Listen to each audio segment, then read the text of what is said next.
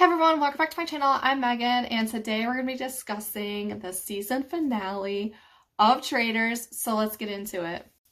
Oh my gosh, I loved this finale so much. I had a gut feeling that Rob was going to win, but I didn't know how it was going to happen, and let me tell you, it was pretty cinematic. So before we get to the ending part, let's kind of talk about what happened at the beginning of the episode. So we find out that Mark gets murdered, which I'm not surprised by because I figured that Rob will want to keep the duo of Johnny and Tara in because they would be easily banished due to one possibly being a traitor and then one possibly being recruited, and the only people they would recruit is each other. So I felt that was really smart to keep them both in play.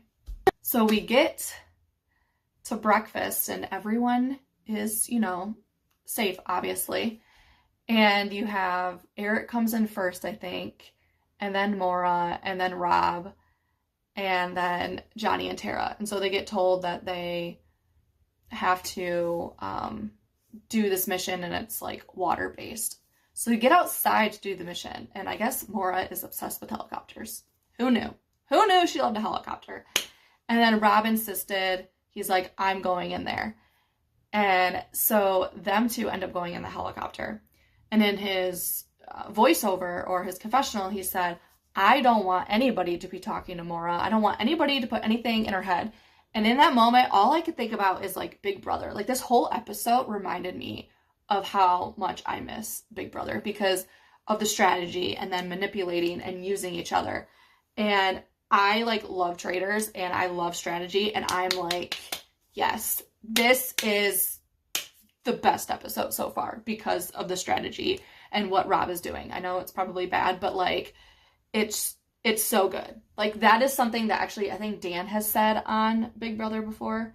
I know that happened in season 14 with all the coaches. He's just like, I don't want any of the coaches to be talking to any of these players, so I'm taking them to the sushi party.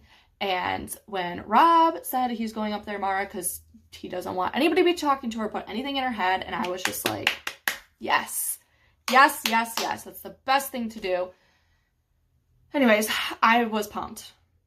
However, that helicopter stuff, I felt like I was watching The Bachelor because it looked so romantic. And I was just like, man, did we just stop at Traitors and we just jump to The Bachelor? Because I was like, why are they up there? And then other ones are doing the boat. Are we getting to the competition? They just had this 1 minute moment of it being on The Bachelor, or at least it felt like that. I felt like I was watching it. And then she's like, oh, I can't wait for a hot tub or a hot bath or something. Then Rob's like, I can get you something hot. And she's like, oh, Rob. I thought that was so funny. I love those little moments with them. They have really good bond and friendship on the show. And I've really kind of enjoyed that. You see it a lot. Rob has put his charm on a lot this episode for Maura because Maura could not stop bringing up Eric as a traitor. And I liked when he sulked in his seat in the confessional. He's just like, Maura, I just need you to vote out these people because I've gotten so far in this game and I just need you to do this. But she just couldn't stop bringing up Eric. And I don't know if he initially wants to take Eric to the final. He said it in confessionals, but I don't know if he's super serious about it. But also, when someone keeps bringing up someone's name, he just kind of, it happened with Candace in the turret with Colton. He's like, I don't want to get rid of Colton. But he kind of let her do whatever she wanted, and it panned out fine for him because he knew he wasn't, it wasn't super bad for his game. So when Maura kept bringing up Eric, she's voting him no matter what, it's just okay, well, I guess the best case scenario would be me winning on my own. He just needed to get past that first banishment. Because if she banished Eric, then his numbers are down in the at the fire pit. So he knew that she needed to be on board for Johnny. And then they pinky swore to get Eric out, which he did keep his promise. So it's not like he broke a promise. Probably besides the fact that she thinks that he's a faithful, but that's beside the point. So they get done with the mission. I thought the mission was kind of cool. Rob definitely jumped in the water to get the extra 20,000, which he probably knows he's going to be winning anyway. So if he knows he can do it, might as well get the extra 20K. And so they get back to the castle, and Mora is still on Eric. And so they're sitting there, and Mora is like telling Eric, like, oh, you're good, you're like safe or whatever. And Rob is just like watching this, like his eyes and everything. And he's in the confessional. He's like, oh boy, she's saying exactly what she said to me to him. So, like, I don't know, because he knows that she wants to get rid of him, but then she's saying that to him. So now he's, like, a little conflicted in a way. I don't know if that was just, like, editing. I'm pretty sure Rob is confident that he has Mora. So it was probably just questions the producer asked for different scenarios, and he probably just gave his answer. But we all know Mora is going to protect Rob. We all know. She's going to stick up for him. She's going to do whatever it takes, which is great to have, because that's kind of how it is in these games, is that you only need like one other person to help you get to the end. So we get to the round table, and they end up banishing Johnny. I wasn't really sure. I kind of like skimmed over the round table a little bit, because I just felt like I knew what was going to happen. I did see the part where Rob did bring up if one of them was a traitor, the other one would recruit the one another, which I think is the best argument he had, as I mentioned before. That is kind of how I saw the game, and then he solidified it by saying that at the round table. And I think when I kind of skimmed through when Eric started talking, because I was just like, I can't watch this. I can't watch this train wreck happen. I can't watch it. And so then they, banish Johnny, and then they go to the fire pit. And this whole episode just gave me Big Brother vibes. Like, all I was thinking was at the fire pit, I was like, dude, I feel like this is Big Brother, where someone's just gonna get, like, betrayed at the end. Like, Brittany from last season. Oh, man, you should have seen her BB12 betrayal at the very end, where she got cut, like, in this same exact, like, situation-ish with, like, being top 4. Oh, my gosh. Yeah. But it was just so suspenseful. Like, I kind of knew it was going to happen. I just didn't know how it was going to. It felt very CT Trishelle like from like season 2, and I didn't understand why the fire pit wasn't outside. I didn't like how it was inside. I liked it when it was outside, and I don't know why they moved it inside. So I don't know what was going with that. But they obviously threw the red in there because they all knew that there was gonna be a traitor. So they get out Tara, and then I wouldn't say it necessarily surprised me. I mean, I guess it did or didn't, because we didn't really get to see an exchange between Rob and Mora, but her throwing in the red kind of like shocked me a little bit, because I thought that she would, be on Rob's side, saying like, hey, we don't really need to do anything with Eric. But she was so on board with Eric that he went along with it, because he needs to win and he needs Mora. So it doesn't hurt his game at all. It just, he's getting the full money anyway. Or he will be getting the full money, since he didn't split it with Eric, because they end up banishing him. And then, of course, the pinky promise. Of course. He's like, I made a pinky promise. I was like, okay, well, you did make one. And then it got to the best part ever, when they reveal whether they're a faithful or a traitor. So Mora went first, and oh my gosh, I love Mora's laugh. She was just like so giddy. And it was funny. She's like, I'm sorry. And then his face went like up, what? Obviously he knows she's a faithful, but it was just kind of interesting how he kind of like played along. He's like, I'm sorry for what? And she's like, I'm a faithful. And then it was Rob's turn, and he was like, oh. And I was like, this is gonna be great. This is gonna be great TV. Like, oh my gosh, I just absolutely love this part. And so he's like smiling. He's like, I always have been. And then he's like, a traitor. And then her face and just the silence, like the music, the background music, it just silence. And he's like, no, seriously. He's like, I'm a traitor. And oh my gosh, it was just epic.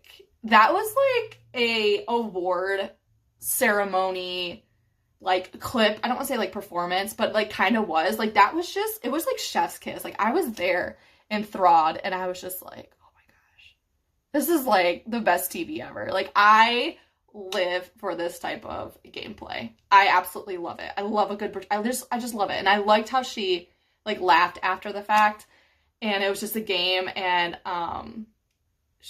then like the whole boyfriend line thing was kind of funny. And he's like, I know. She's like, you're a piece of work. He's like, I know. And then he starts talking. She's like, don't talk. And he's like, yeah, you're right. And then he's like smiling because she's like smiling. I don't know. I just love it. I love their like on screen like presence with each other. Like they're just like, I don't know, they seem like classmates in a school or something. Like where they're friends or just like civil. They both have this like youthfulness to them. I absolutely like loved it. And I know that Maura's going to forgive Rob. And Rob knows that Maura's going to forgive her. Well, when he said to Alan at the end, do you think she's going to forgive? He's like, no. He's going to hold a grudge against me. But I'm like, no, Rob. I was like, I think she'll forgive you. I mean, I think everyone will forgive him. Because he's just a chill guy, basically. I don't think he doesn't seem like someone who holds grudges either. So, yeah. And then he wins and he goes down with Alan. And while they're going outside, there were a couple of voiceover moments, which I really enjoyed. Some of the comments that he made. One of the ones said about him coming out alone on top, where he says, would you give someone $100,000 if you only know them for 3 weeks? He's like, I wouldn't. And I was like, fair play. I was like, that was really good because Rob really brought the strategy this season because a lot of the gamers got out early. Obviously, the Traitors killed a lot of them and then banished a couple. And so for me, as someone who like watched Big Brother growing up, I was just like, oh, it kind of sucks. Like none of the gamers, who's going to hold that strategy part? And I think Rob did a great job as a traitor. Like he was the strategy. It was kind of like how people underestimated like Pilot Pete in season 2 because he comes from this love show. And he really brought strategy to his season, his game, which by the way, he should have accepted Parvati's request to become a traitor and he would have won the whole thing. I digress.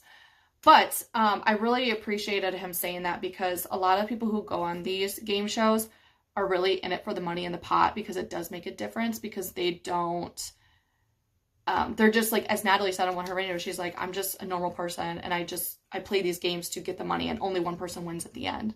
And so if you're playing the games and you don't get like super far and you have only won once, it only goes so far for a certain amount. And so it kind of really, I think that comment hopefully puts it in perspective for other people on him doing it for himself, which he shouldn't have to apologize for anything. But I really liked that comment that he said because it really did put it in perspective as someone who plays the game and why you would just want it, for yourself in the end. I also like what he said. He says, people see me as a dumb, hot person. And he's like, I won and I beat everyone. And then like the fireworks went up. And I don't know, it just kind of sucks that his looks and like how people are enamored with him because of his looks kind of like hinders his gameplay. I think he played a really good game. But on the flip side, I think you do have to understand that the Faithfuls probably weren't the smartest. He got out all of the smarter people early on. He did good with what he had, and he did go through a couple adversity areas where he just kind of pivoted. And so I think everything he's been through, it kind of worked out at the end. When you see something work out at the end, it doesn't really matter how you got there. It's that you got there. He was just such a joy to watch. He has such a presence on camera, and he's just a star. He's a stud, and it'll just be interesting to see what he does after this. I know, I think he mentioned that he like doesn't want to do any more reality TV. But yeah, it's just been a joy to watch. I didn't watch him on Love Island, but I knew who he was because my sister watches Love Island. But yeah, he was just a joy to watch. And I loved seeing Tara and Johnny as well, too. I think they really surprised people. And if they jumped on Rob maybe a few rounds earlier, I think Tara and Johnny had a good chance of winning. But yeah, it was just an overall great season. I really liked it. I liked him and Rob and Alan at the end, and his whole like coat or whatever lit up.